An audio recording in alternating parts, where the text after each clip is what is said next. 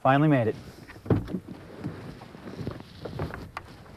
I was beginning to think I'd never get away. But I'll tell you, once my mind is set to get out here, it takes an awful lot to stop me. You know how it is. Something's been a part of you since you were a kid. It's just something you got to do. Hunting, fishing, climbing, snowmobiling.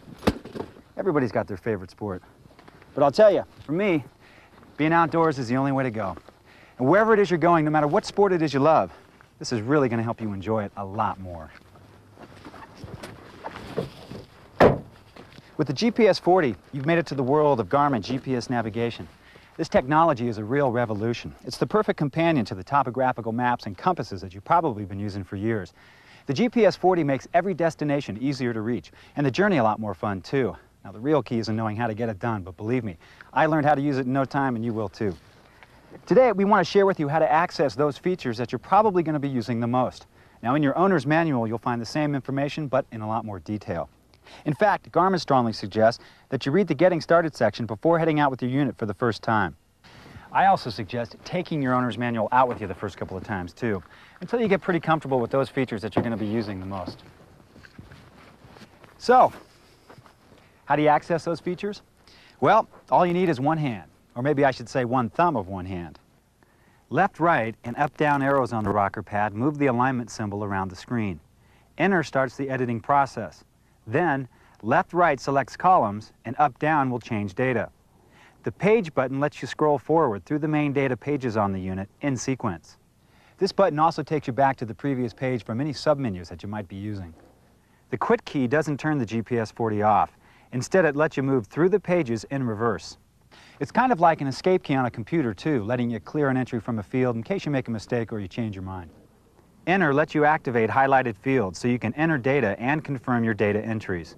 All these keys are for general operation of the unit. You also have two dedicated function keys for navigation.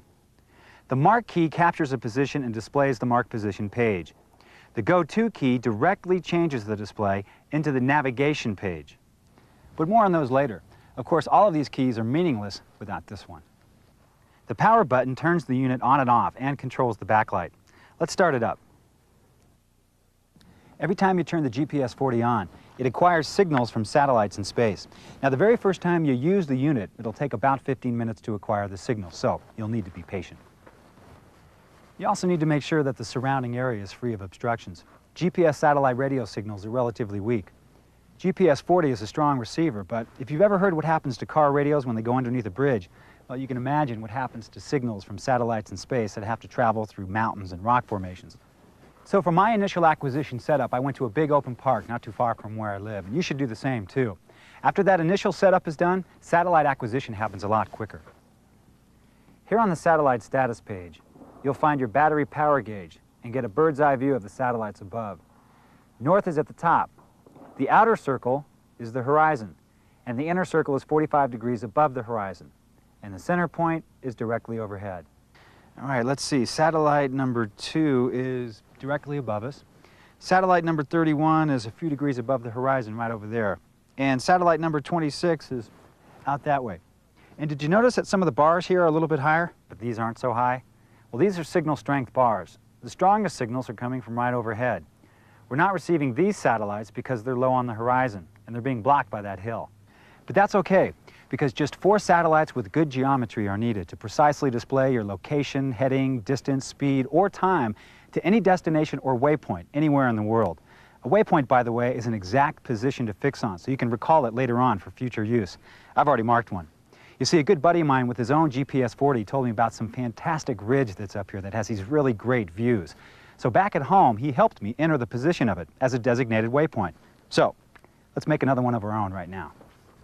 Since this is where I want to end up when the trip is done, I'm going to mark this as my home waypoint. You start the process by pressing the Mark key.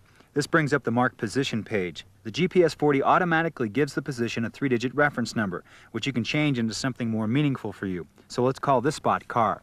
To do that, press the Up key twice. Press the Enter key once, then press and hold the Up key to scroll through the alphabet until the letter C appears. Press the right key to move the cursor to the next character space, then scroll up to the letter A. Over and down again to the letter R.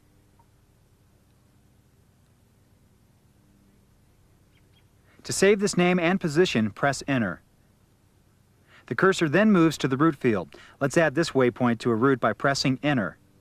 Pushing up once to select Route 1, Enter to confirm, and Enter again to save. This returns the page display back to the previous one, in this case the position page.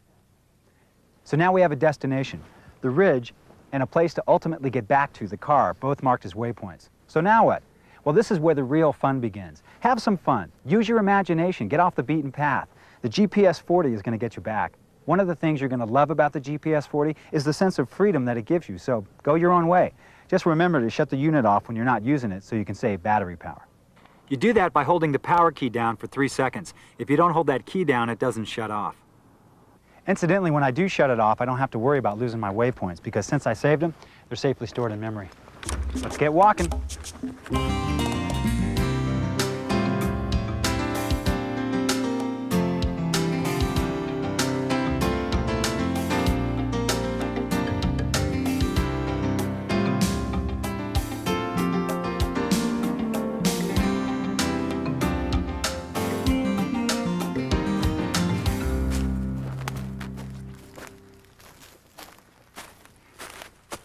The position page I was telling you about is really good for seeing where you are, what direction you're heading, and how fast you're getting there.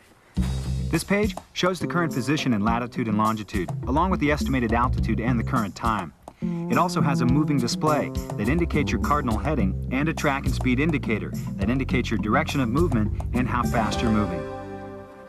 The information on the position page helps you in creating waypoints. I'm going to mark another one right now. I think I'll call it Rock. Of course, you don't need actual physical landmarks like a rock or your car to name a waypoint. You could enter one manually just by inputting the position coordinates that somebody's already given you or by using the coordinates of a topographical map. This message screen will flash anytime the GPS 40 has an alert to give you. You access it by pressing the Page button. Must be all the rocks around here blocking the signal. Well, to get rid of the message, just press Page again and then move away from the obstruction to improve your signal.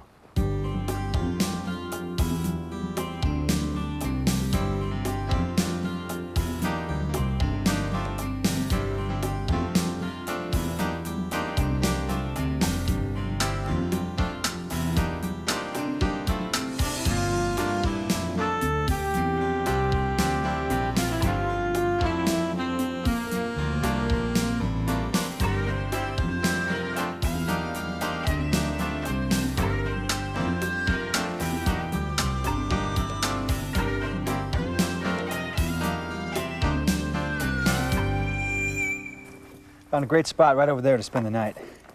I'll tell you, night under the stars after a good day of hiking. I love it. I love it even more knowing I don't have to worry about finding my way back to my car after the trip is done tomorrow. In fact, I can find out where it is right now. This is the moving map page, which you can access by scrolling with the Page button. There's the car waypoint right where we left it. There's the rock waypoint, the falls, camp, and here's the ridge.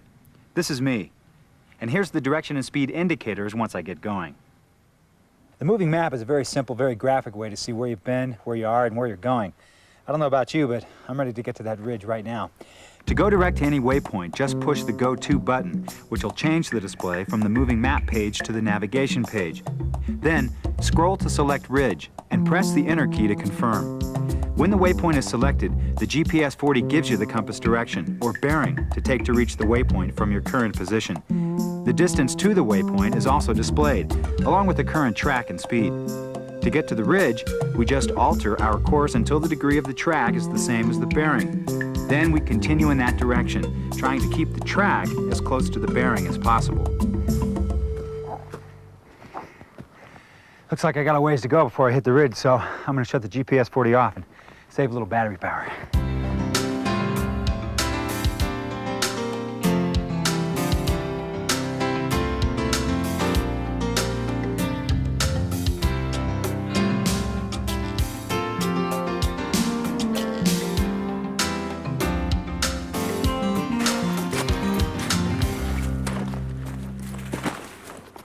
Well, it certainly feels like we're making progress. Let's check out the GPS 40 and see what it says. It's got a range ring display that can graphically show you about how far you are from a designated waypoint. You access that screen by paging to the menu page and highlighting Map Setup. Press Enter to access the Map Setup submenu. Highlight rings. Press Enter to open the field. Select Yes, and then press Enter again. This turns the range rings function on. Now when you go to the map page, it'll show you the range rings, and it's really just a way to estimate the distance to the waypoint from the current position. And here we are. Let's zoom out the range scale a little more so we can see the ridge waypoint. All right, let's get going.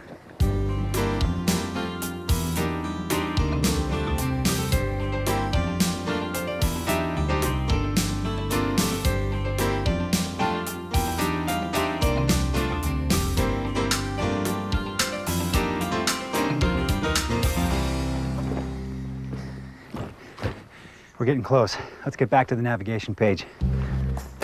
The navigation page includes an electronic highway. The horizontal line is the location of our waypoint. The solid line is a straight course to that waypoint. The diamond is us. To get to our waypoint, we merely follow the road. If it goes left, we need to move in that direction. VMG is velocity made good. Since the terrain won't let us go straight to the ridge, VMG calculates the relative speed at which we're approaching our waypoint.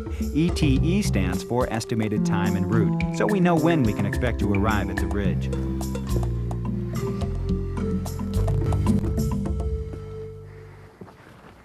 When you're 1 minute from your waypoint, the GPS 40 will alert you that you're approaching that waypoint. It's really handy too, especially if you're in something that's going really fast like a car or a boat.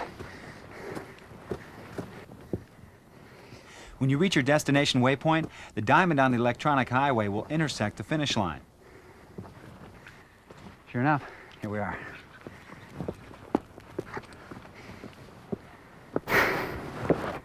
All right, finally made it. And you know what? It feels great.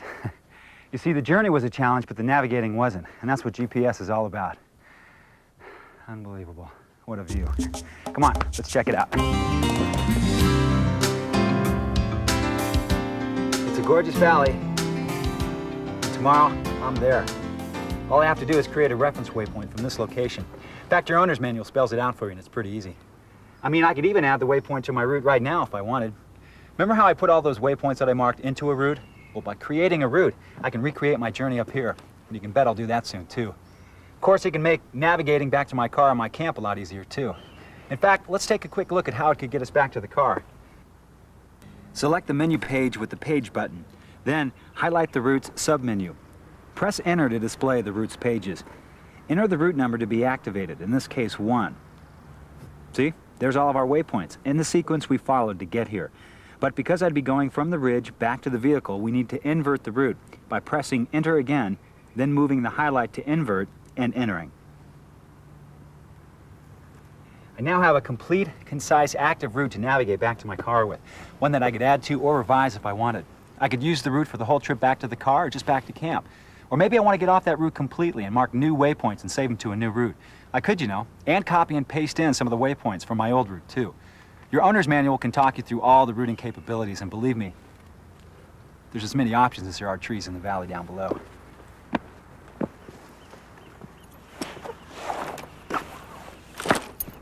With the GPS 40, you can store up to 20 routes with up to 30 waypoints each. That's a real time saver. And it has other advanced capabilities too. For example, you can calculate sunrise and sunset times to help keep you from being caught out after dark. You can even use its built-in simulator to practice navigating at home. Whatever sport you love, the GPS 40 is going to make a huge difference for you. If you find a spot where the fish are biting, well, it'll help you find that spot again. And if you hunt and your game takes you out in some pretty thick woods, you're still going to know how to find your way back to your truck. And of course, you love the challenge of a good hiking trip, well, you can get off the trails that the tourists take and make a few of your own. Kind of like what we did today. 37 degrees north, 122 degrees west, about 3,000 feet above sea level.